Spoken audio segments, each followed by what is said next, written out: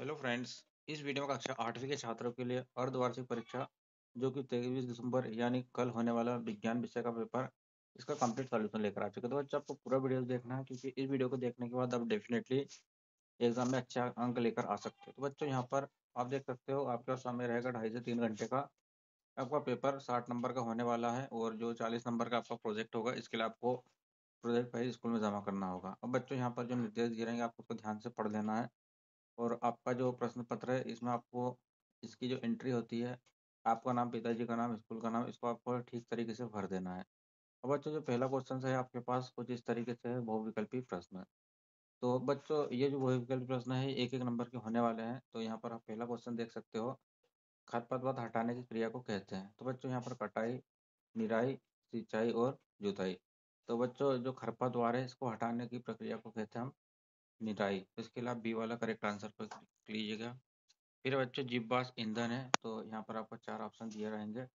आप इस पे सही वाले ऑप्शन पर टिक कर देना। आई थिंक यहाँ पर बच्चों ये मिसिंग हो रहा है, तो आप इसे सही पर टिक कर दीजिएगा। अगला है बच्चों यहाँ पर आंतरिक निषेचन होता है। तो आप देख सकते हैं मादा शरीर में, मादा के शरीर के बाहर, नर के शरीर में, नर के शरीर के बाहर।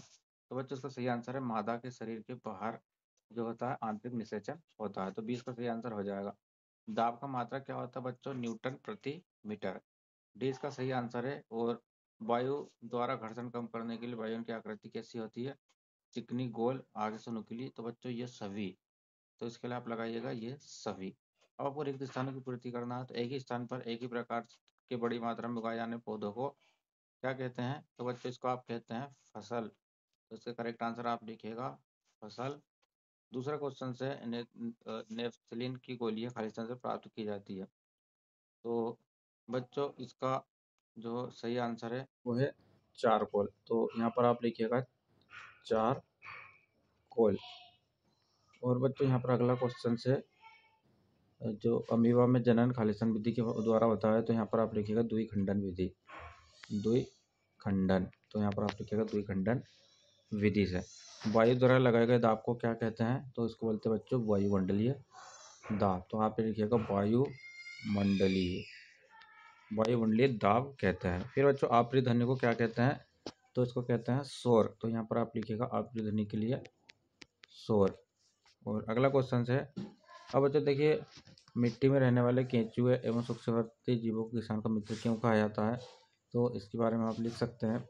इसके बाद है जंतु तथा पौधे में सूक्ष्मदर्शी द्वारा होने वाले दो रोगों के नाम लिखना, समाप्त होने वाले तथा अक्षय प्राकृतिक संसाधन को वर्गीकृत करना है।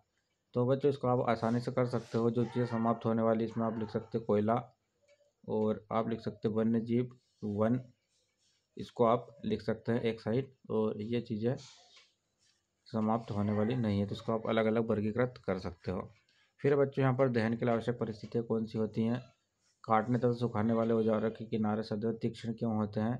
एलईडी का पूरा नाम क्या है? वैक्सीन टीका किस प्रकार कार्य करता है? ईंधन के रूप में लकड़ी का उपयोग करना हानिकारक होता है, क्यों? अलैंगिक जनन की परिभाषा लिखना। जंतु में अलैंगिक जनन की 2 विधियों का वर्णन करना है। खिलाड़ियों के जूते की तलियों में वाहनों के टायरों को खांचेदार क्यों बनाए जाते हैं? खिलाड़ी कीलदार जूते क्यों पहनते हैं, समझाना है। और वर्णन कीजिए ध्वनि प्रसारण मानव के लिए किस प्रकार हानिकारक है। 3 ऐसे द्रव्यों के नाम लिखिए जिनका परीक्षण निम्न चित्र द्वारा दर्शाए गए। तो बच्चों यहाँ पर आप देख सकते हो। और अगले जो क्वेश्चन है यहाँ पर 23, 24, 25, 26। तो बच्चों इसका आंसर अगर आपको चाहिए तो हमें कमेंट ज़रूर कर देना। इस वीडियो में इतना ही। Thanks for